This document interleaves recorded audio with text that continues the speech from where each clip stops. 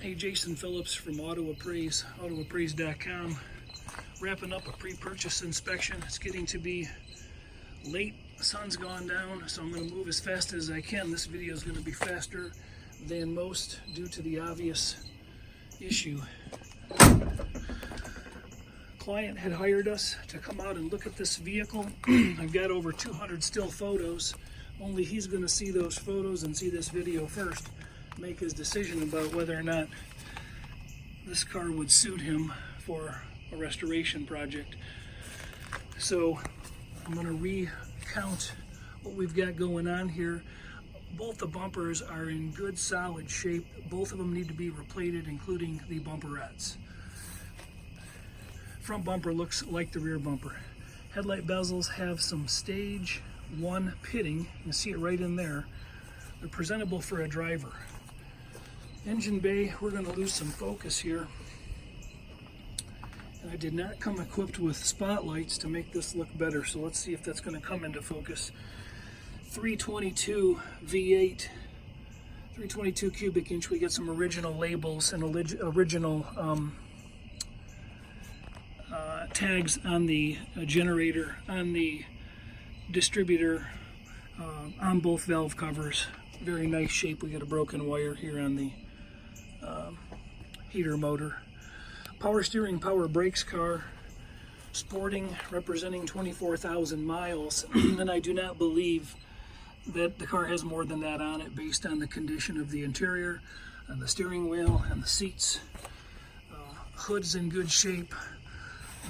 Lips along here are nice and dry and clean, and a little bit of a chip chunk going on here on this side, but otherwise the jams are in nice shape. Some surface rust on the core support.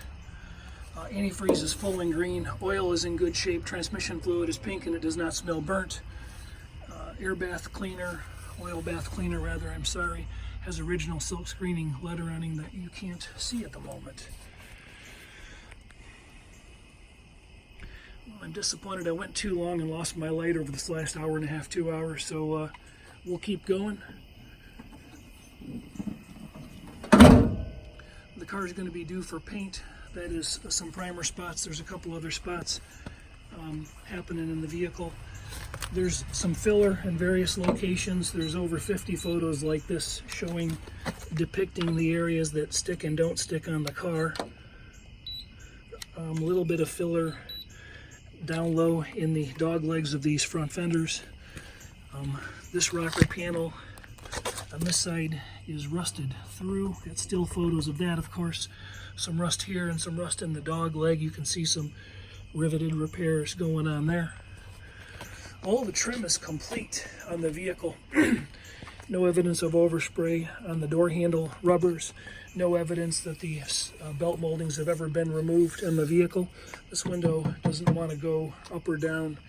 The convertible top is shrunk, and for a variety of reasons, including this one and some stitching pulls, the convertible top will eventually be replaced by the upcoming owner. All the glass is serviceable and usable. This is an aftermarket windshield. I couldn't find any major chips or scratches, and the stainless trim all around it has a few any dings, but nothing that couldn't be polished up and reused by most people. The passenger and driver's door mirrors are both a little loose and need to be tended to. Spotlight. Well-equipped car, power steering, power brakes, courtesy lights are working. Original seat covers and carpet appear to be in pretty nice shape. The seat actually still feels pretty good. Small split right there and crack in the plastic trim. Steering wheel is in pretty good shape. No major cracks or splits. Machine finish on the dash. I'll bet this is not showing up very well at all for you. Pedal rubber wear. I don't usually work this late. The pedal rubber wear looks nice though. Some material is getting loose on the door panels and a little bit of door card warpage down low, but those could be probably cleaned up and reused. Carpet's actually in really good shape under the mats. That could probably be pulled out, power washed, re-dyed, and reused.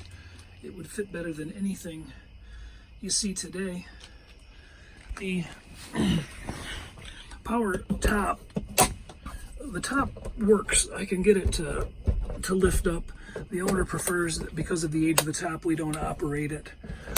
So there's some delamination in the mirror. The machine finish has got a little bit of deterioration going on the face. Clock's not working. AM radio is unplugged. There's the antenna right there. This all looked easier in the daylight. I keep saying that. Oil pressure gauge is kicking up when we started the car. We're going to fire it up again in a minute. Back seat and carpets look real good. The body basically looks good. It's like what we would call a 20-foot cruiser. We got some bubbling of original seams and some a paint deterioration. I think anybody that buys this car is going to consider stripping it and doing body work and repainting it. Now that being said, it's got an original floor pan and original supports and mounts off the frame. There's a couple holes on the passenger side and some surface rust and deterioration, but all four of the extensions coming out to hold the bumpers in place, all the frame extensions, they all look good. None of them have been hit.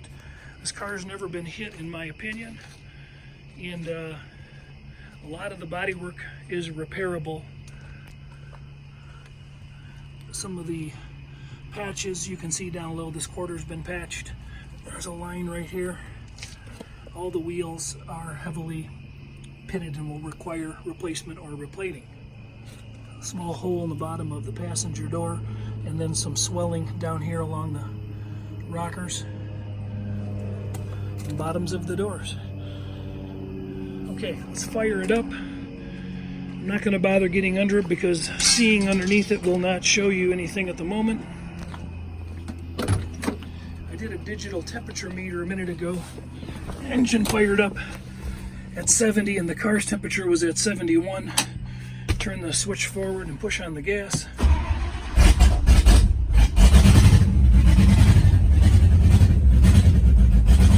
You can't see the oil pressure gauge, but you're going to have to trust me. The oil pressure gauge is going up and working. It doesn't have much gas in it, or the gas gauge is inoperable.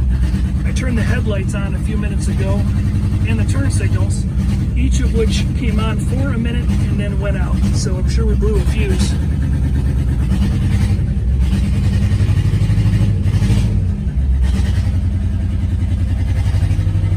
Because of that, I'm not going to run any more electrical appliances in the car for fear of us burning something up. There's a wiper blade missing on the passenger side. I can't run the wipers without scratching the windshield. I don't want to do that. There's rust in stage 2 pitting and patina on this stem. That's a Prindle for a Dynaflow transmission, is what I believe that is. The exhaust is pretty loud. These cars are like $29.95 brand new.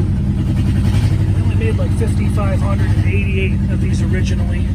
Century convertibles. Body tag indicates it's a 66C, 4667X. It's got the X frame and the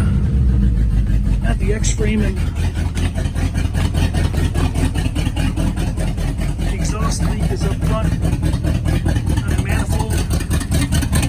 On this side, didn't hear any knocking, no unusual ticking.